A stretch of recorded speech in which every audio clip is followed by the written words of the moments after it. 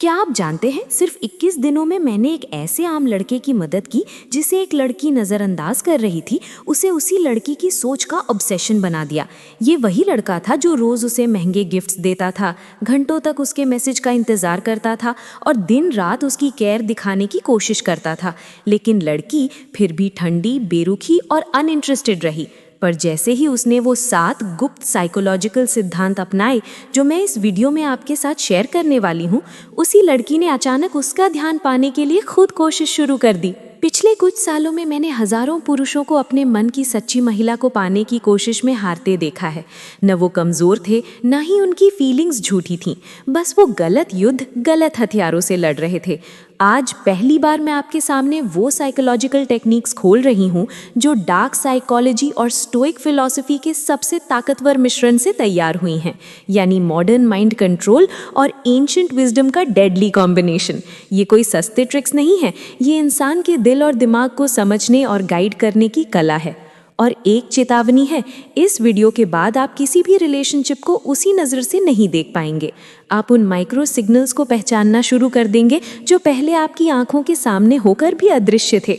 और सबसे ज़रूरी बात, इस वीडियो के आखिर में मैं जो अंतिम तकनीक बताने वाली हूँ वो इतनी महत्वपूर्ण है कि 99% मर्द कभी उसे समझ ही नहीं पाते और इसी वजह से वो हार जाते हैं। इसलिए वीडियो को अंत तक ज़रूर देखना, क्योंकि जो चीज़ आज आप सीखने जा रहे हो वो किसी लड़की का ध्यान नहीं, उसका दिल जीतने की ताकत है। तो चलो शुरू करते हैं। पहला सिद्धांत, कमी की कला, स्कैरसिटी का जादू।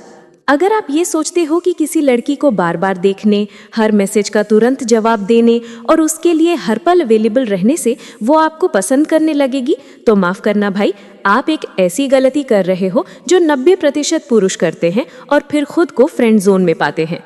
अब ध्यान से सुनो, इंसान उसी चीज़ की सबसे ज़्यादा कद्र करता है जो आसानी से नहीं मिलती। ये मनोविज्ञान का सबसे पुराना और सबसे असरदार सिद्धांत है।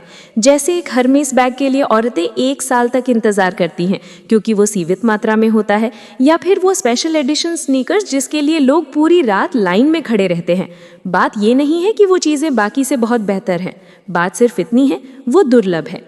अब यही प्रिंसिपल जब औरतों को आकर्षित करने की बात आती है तो अधिकतर पुरुष इसका ठीक उल्टा करते हैं। जब भी लड़की मैसेज करे तुरंत जवाब दे देते हैं। अगर वो मिलने को बोले तो चाहे दोस्त का बर्थडे हो या जॉब की मीटिंग, सब कैंसिल करके दौड़ पड़ते हैं।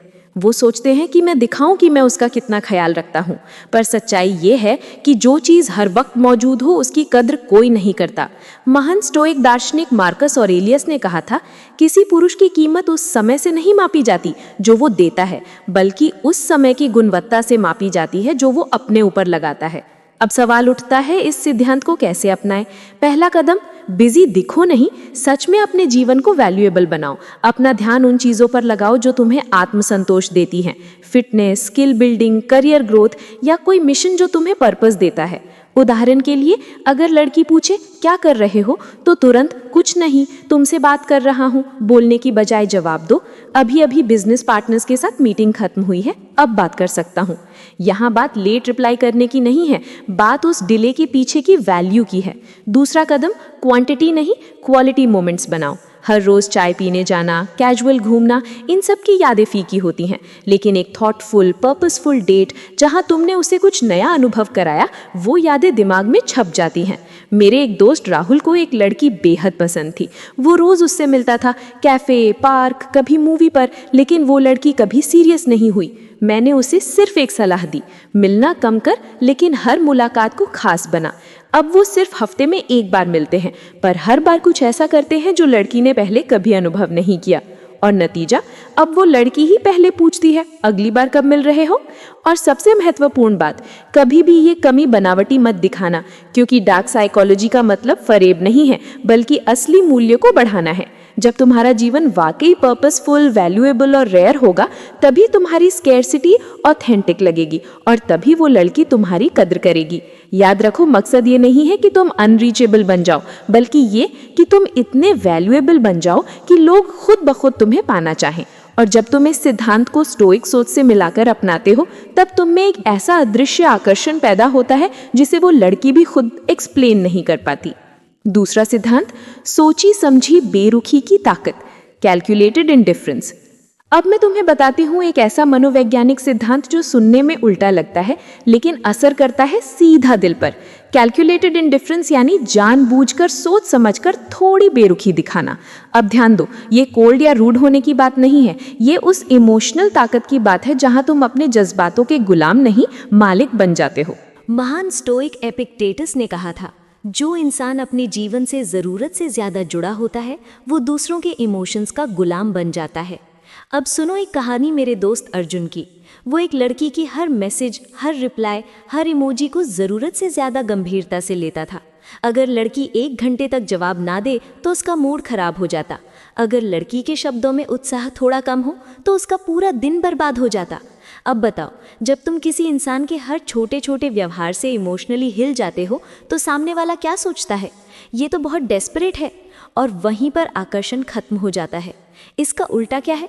जब तुम अपने इमोशनल स्टेट को अपने हाथ में रखते हो तब तुम सामने वाले को एक क्लियर मैसेज देते हो कि मेरा मूल्य तुम्हारे व्यवहार से निर्भर नहीं करता। अब इस सिद्धांत को अपनाने का तरीका सुनो। पहला, खुद के इमोशंस के मालिक बनो, गुलाम नहीं। अगर लड़की रिप्लाई करने में देर करे तो घड़ी मत गिनो, अपने काम में लग जाओ। किताबें, जिम, नया स्किल, करियर, कुछ भी। अगर वो थोड़ा दूर दूर रहे तो भी तुम पहले जैसे ही कंपोज रहो। तुम्हारा शांत रहना नकली नहीं होना चाहिए, बल्कि ये सोच से आना चाहिए कि मुझे पसंद होना अच्छा लगेगा पर ज़रूरी नहीं। दूसरा, मिरर टेक्निक का इस्तेमाल करो। जितना इन्वेस्टमेंट वो दिखाए उतना ही वापस दो। अगर उसने एक शब्द लिखा तुम भी शॉर्ट रिप्लाई दो। अगर उसने लंबा इमोशनल पैराग्राफ भेजा तब तुम भी उतना ही उत्साह दिखा सकते हो। लेकिन अब आता है असली डार्क साइकोलॉजी ट्विस्ट। कभी कभी इस पैटर्न को तोड़ दो। जब वो उम्मीद करे कि तुम कोल्ड रहोगे तो एकदम से वार्म हो जाओ, और जब वो सोचे कि तुम एक्साइटेड होगे तो अचानक कूल और न्यूट्रल बन जाओ। ये एक साइकोलॉजिकल लूप पैदा करता है जिसे कहते हैं एडिक्टिव अनसर्टेनिटी, जहां लड़की खुद उलझ जाती है कि अगली बार तुम्हारा रिएक्शन क्या होगा। मेरा एक और दोस्त था विशाल। वो हर बात को ओवर एनालाइज करता था। तब टाइपिंग आई, कब सीन हुआ, लेकिन जैसे ही उसने ये सिद्धांत अपनाया वो शांत हो गया, इंडिफरेंट हो गया।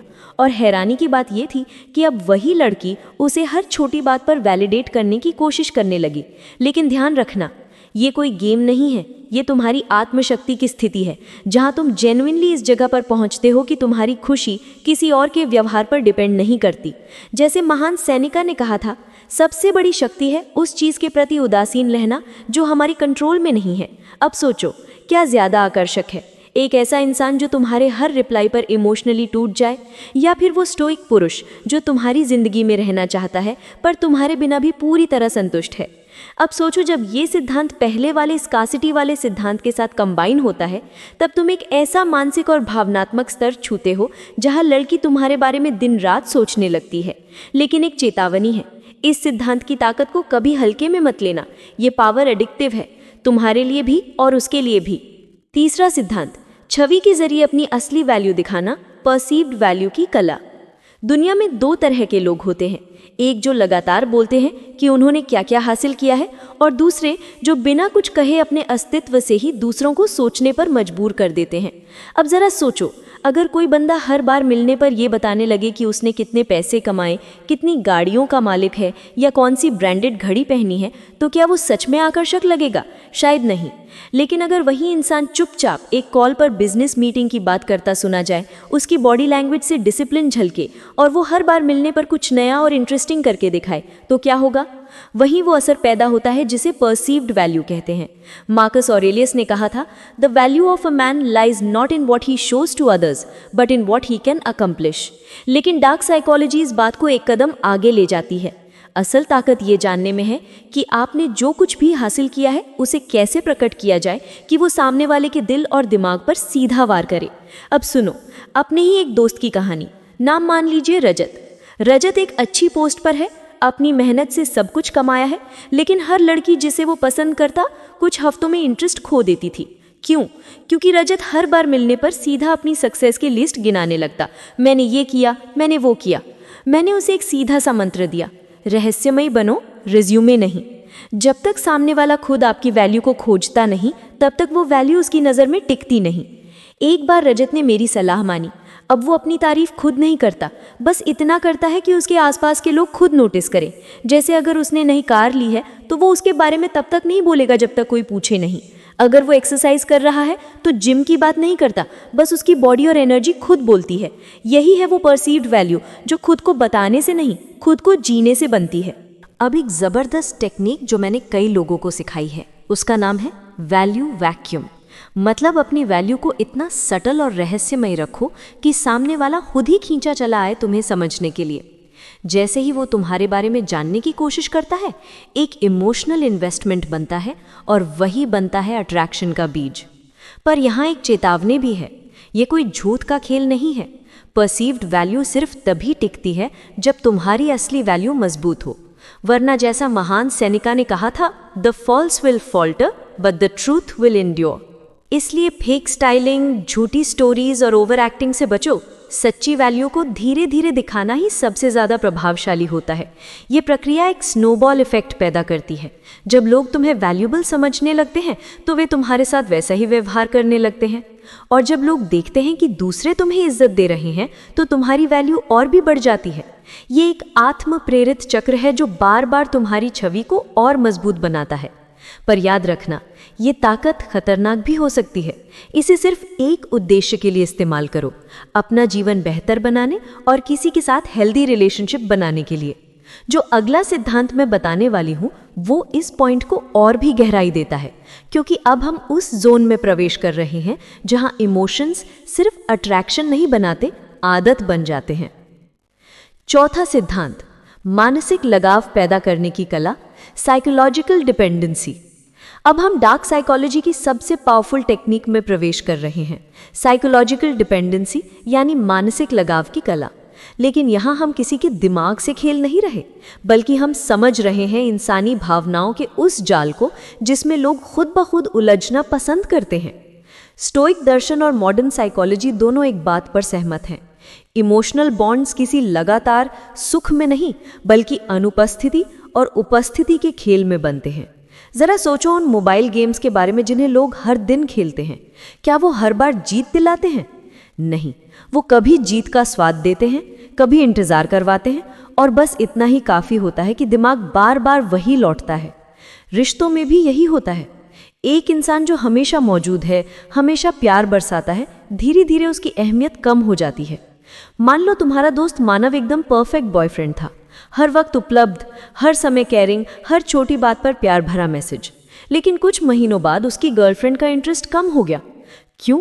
क्योंकि वहाँ कोई भावनात्मक कॉन्ट्रास्ट नहीं था, कोई ऐसा पल नहीं था जहाँ दिल ने इंतजार किया हो या दिमाग ने सोचा हो कि आज वो क्यों नहीं दिखा। अब सुनो इसका हल, इमोशनल पीक्स एंड वैलीज बनाओ। जब साथ हो तो पूरा ध्यान दो, मस्त बातें करो, यादगार पल बनाओ। लेकिन जब अकेले हो तो सच में अकेले रहो, अपने काम में डूबे रहो, अपने गोल्स पर फोकस करो। जैसा स्टोइक्स ने कहा था, the bow that is always stretched will soon break, यानी जो रेशा हर वक्त खिंचा हो वो टूट जाता है। एक और टेक्निक है इमोशनल टाइम डिलेशन। जब साथ हो तो वक्त को तेज बनाओ, ऐसी बातें, ऐसी मस्ती के लगे वक्त उड़ गया। लेकिन जब दूर हो तो वक्त को खींचो, कुछ भी ना भेजो, कोई जवाब जल्दी ना दो, ताकि उसके मन में तुम्हारी कमी महसूस हो। पर यहाँ एक अहम चेतावनी है, ये सब नकली ना हो। महान एपिक्टेटस ने कहा था, no man is free who is not master of himself, यानी तुम खुद अपने जीवन के मालिक बनो। तुम्हारी दूरी किसी गेम की वजह से नहीं, बल्कि इसलिए होनी चाहिए क्योंकि तुम अपने लक्ष्य में व्यस्त हो। मेरा एक दोस्त राघव था, मैंने उसे यही तरीका बताया। पहले वो दिन में 10 बार टेक्स्ट करता था, अब वो सिर्फ एक बार, लेकिन ध्यान से बात करता है। उसका पार्टनर हर दिन उससे एक बातचीत का इंतजार करता है। और यही है साइकोलॉजिकल डिपेंडेंसी की ताकत। जब कोई इंसान खुद तुम्हारे लिए समय चाहने लगे, तुम्हारे ध्यान का भूखा बन जाए, तब इमोशनल अटैचमेंट नींव बन जाता है। लेकिन याद रखना, ये ज्ञान कोई खिलौना नहीं है, ये तुम्हारे पास जिम्मेदारी के साथ आया है। इसे जिंदगी बेहतर बनाने के लिए इस्तेमाल करो, not to break hearts but to build bonds.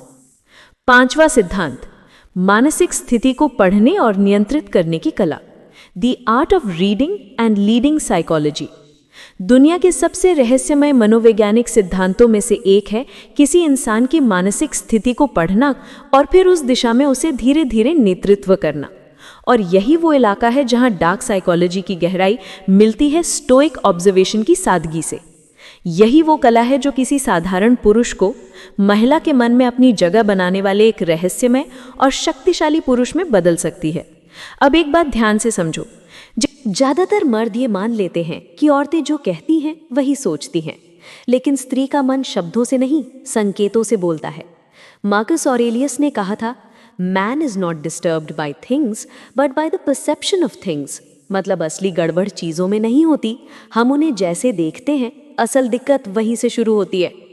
अब जरा सोचो अपने दोस्त राजीव की कहानी। उसकी गर्लफ्रेंड कभी कहती मुझे थोड़ी स्पेस चाहिए, लेकिन जब वो सच में थोड़ा दूरी बनाता तो वो और भी ठंडी पड़ जाती। कभी वो कहती मुझे कॉन्फिडेंट लड़के पसंद है, लेकिन जब वो पूरी ठसक में पेश आता तो वो उसके इमोशनल मोमेंट्स पर ज्यादा कनेक्ट करती। असल में दिक्कत राजीव की नहीं थी, बल्कि उन गहरे मानसिक संकेतों को ना पढ़ पाने की थी जो लड़की बिना बोले सिर्फ बर्ताव में दे रही थी। अब इस कला को कैसे अपनाएं? पहला स्टेप है साइकोलॉजिकल साइट विकसित करना। ये वो दृष्टि है जिससे तुम सिर्फ चेहरे नहीं, भावनाएं पढ़ पाते हो। जब तुम किसी लड़की की आंखों की पुतलियों में फैलाव देखो, उसकी आवाज़ के टोन में हल्का बदलाव महसूस करो, या उसके चेहरे पर सूक्ष्म माइक्रो एक्सप्रेशंस पकड़ लो, तो समझो तुम उसकी आत्मा की गहराई में प्रवेश कर चुके हो। अब जानो एको मेथड को। अगर वो खुश है तो उसकी एनर्जी को हल्के रूप से मैच करो। अगर वो शांत है तो अपनी आवाज़ को भी गहरा और ठंडा रखो। और जब वो महसूस करे कि तुम उसकी भावनाओं को समझते हो, तो वो खुद ब खुद तुम्हारे इमोशनल लीड को फॉलो करने लगेगी।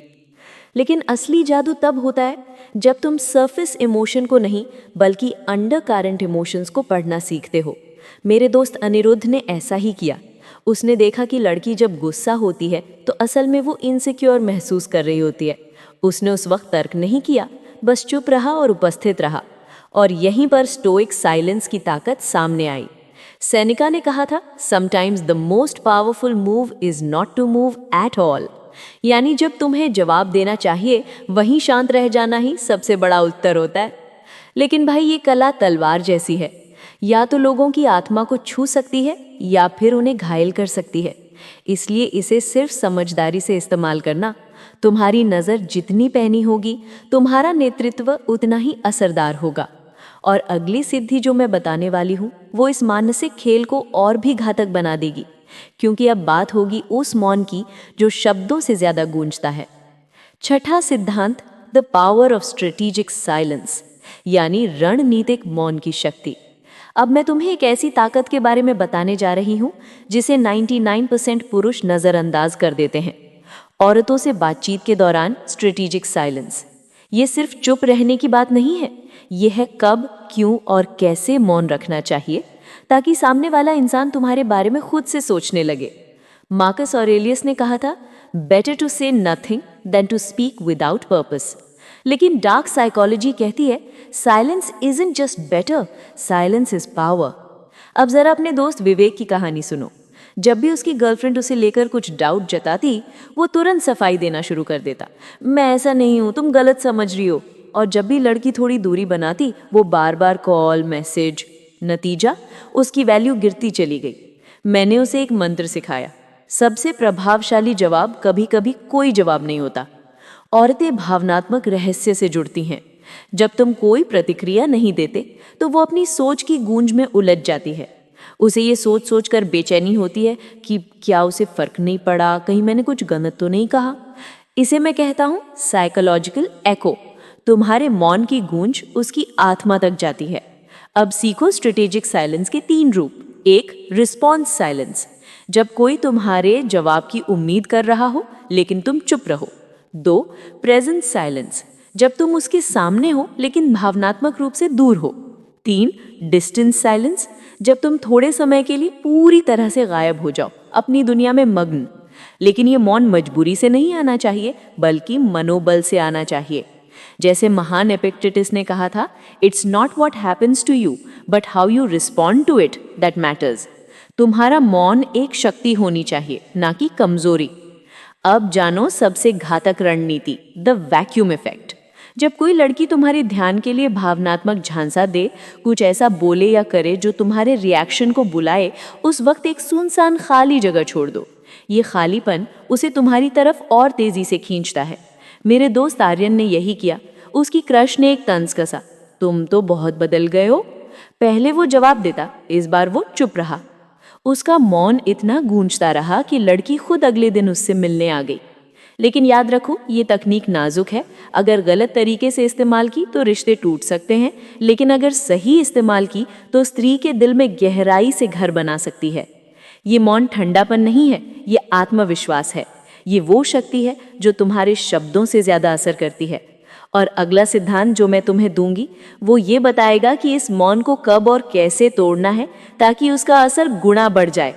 7वां सिद्धांत, कंट्रोल थ्रू फ्रीडम, यानी आज़ादी के जरिए नियंत्रण। ये सिद्धांत सुनने में विरोधाभासी लगता है, लेकिन मनोविज्ञान की सबसे गहरी परत को छूता है। आपको जानकर हैरानी होगी कि इंसान हमेशा आज़ादी चाहता है, लेकिन सबसे ज़्यादा आकर्षित उसी चीज़ की ओर होता है जो उसकी पकड़ में पूरी तरह से नहीं आती। यही बात मैंने अपने एक पुराने दोस्त करण को समझाई। उसे हमेशा ये शिकायत रहती थी कि लड़कियां उससे शुरुआत में तो जुड़ती हैं, लेकिन कुछ ही हफ्तों में धीरे धीरे दूरी बना लेती हैं। वो उनके लिए सब कुछ करता था, प्लान बनाना, कॉल करना, दिन रात ध्यान देना, लेकिन फिर भी उन्हें खो देता था। उसकी सबसे बड़ी गलती थी कंट्रोल करना। उसे समझ नहीं आ रहा था कि प्यार जताने और कंट्रोल करने में एक पतली सी लाइन होती है, जो अगर पार हो जाए तो सामने वाला इंसान दम घुटने जैसा महसूस करता है। तभी मैंने उसे सिखाया एक सिद्धांत, गाइडेड फ्रीडम, यानी तुम नियंत्रण नहीं करते, लेकिन फिर भी निर्णय की बागडोर तुम्हारे हाथ में होती है। उदाहरण के लिए, चलो फ्राइडे या ट्यूसडे को मिलते हैं, तुम्हें क्या सूट करेगा? यहाँ पर तुमने टाइम तय कर दिया, लेकिन फ्रीडम उसे दी कि वो चुने। उसे लगेगा कि ये उसकी मर्जी है, लेकिन रास्ता तुमने तय किया है। ये मनोवैज्ञानिक वास्तुशिल्प है, चॉइस आर्किटेक्चर।